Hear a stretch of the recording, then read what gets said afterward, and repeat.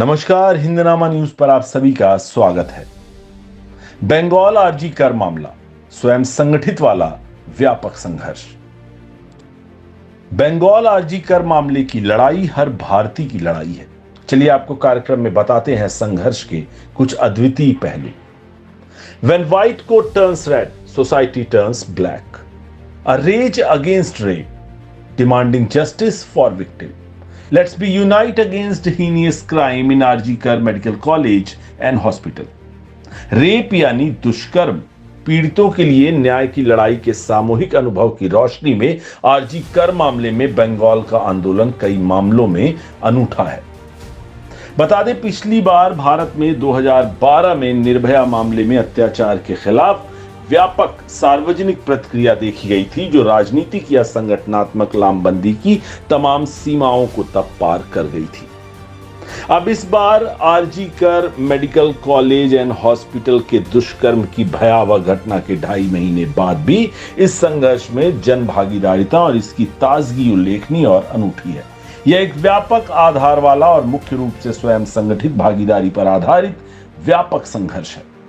यह हर संवेदनशील भारतीय के साथ साथ उन जूनियर डॉक्टरों के न्याय की लड़ाई है जो उसके सहयोगियों के नेतृत्व में किए जा रहे अनूठे संघर्ष का केंद्र बिंदु है और बना भी रहना चाहिए। जिन्होंने इसके नाम पर अपने कैरियर को दांव पर लगा दिया है, उन्हें और ताकत मिलनी चाहिए। इस एकजुट संघर्ष को और मजबूत होना चाहिए।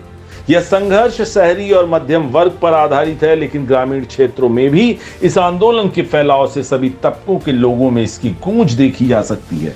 इस आंदोलन में महिलाओं और युवाओं की उल्लेखनीय भागीदारी है। इसे एक स्वतः स्फूर्त संघर्ष बताया जा रहा है। आरजी कर मामले में गिरफ्तार किए गए व्यक्ति का अपनी गर्भवती पत्नी के साथ हिंसक दुर्व्यवहार का ज्ञात रिकॉर्ड है, फिर भी उसे पुलिस ने नागरिक स्वयंसेवक के तौर पर सुरक्षा दी और पूरे अस्पताल में घूमने घुसने की अनुमति भी दी थी। अतीत में बंगाल एक मजबूत सामाजिक चेतना के लिए जाना जाता था, जहां आम लोग सार्वजनिक स्थानों पर महिलाओं के खिलाफ यौन उत्पीड़न को रोकने के लिए हस्तक्षेप करते थे। हालांकि आज भी यह चेतना बनी हुई है, लेकिन लोग ऐसे गुंडों को मिलने वाले राजनीतिक संरक्षण के कारण हस्तक्षेप करने से जरा डरने लगे हैं।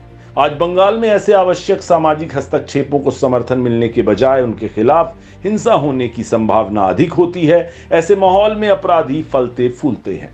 उल्लेखनीय है कि इस्तीफा देने वाले एक टीएमसी सांसद जवाहर सरकार ने राज्य सरकार और सत्तारूढ़ पार्टी की तीखी आलोचना की है और सटीक आकलन किया है कि यह स्वतः स्फूर्त आंदोलन जितना पीड़ितों के लिए है, उतना ही राज्य सरकार के खिलाफ भी है। उन्होंने भ्रष्टाचार को एक प्रमुख मुद्दे के रूप में, जिसमें स्वास्थ्य का क्षेत्र भी शामिल है, और नेताओं के एक हिस्से में बढ़ती बाहुबल की रणनीति को भी चिन्हित किया है। बता दें, वर्तमान विरोध प्रदर्शनों में महिलाओं की भारी भरकम भागीदारी, जो कि काफी हद तक स्वतः संगठित है, महिलाओं द्वारा पीड़िता के साथ स्वयं की पहचान का हिस्सा है, जो उनके अपने जीवंत अनुभव या उनके किसी जानने वाले के अनुभव पर आधारित है। मैं भी पीड़िता हूं, जो उसके साथ हुआ वह मेरे साथ भी हो सकता है। यह भावना इस संघर्ष की एक मजबूत और प्रमुख विशेषता है। इसके अलावा हालांकि यह आंदोलन पार्टी राजनीति पर आधारित नहीं है, क्योंकि यह किसी राजनीतिक दल से जुड़ा नहीं है, लेकिन यह राजनीति से गहराई तक जुड़ी है, क्योंकि यह इस लोकप्रिय धारणा पर आधारित है कि आरजी कर का मामला व्यक्तिगत विचलन नहीं है, बल्कि बंगाल को प्रभावित करने वाली गहरी अस्वस्थता का प्रतिबिंब है।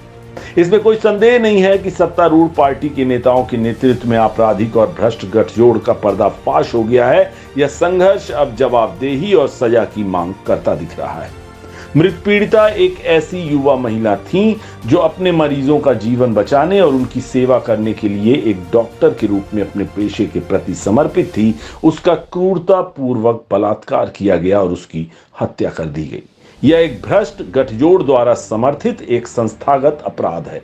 आरजी कर का मामला दिखाता है कि सार्वजनिक स्थानों पर फैला अपराधीकरण अब राज्य सरकार द्वारा संचालित कार्य संस्थानों तक भी फैल गया है। यह विशेष रूप से कामकाजी महिलाओं के लिए सबसे परेशान कर देने वाली बात है। अगर किसी महिला का उत्पीड़न एक सार्वजनिक अस्पताल, उसके काम करने की जगह में हो सकता है, तो फिर उनके लिए भला कौन सी जगह सुरक्षित मानी जा सकती है? बड़ा सवाल यही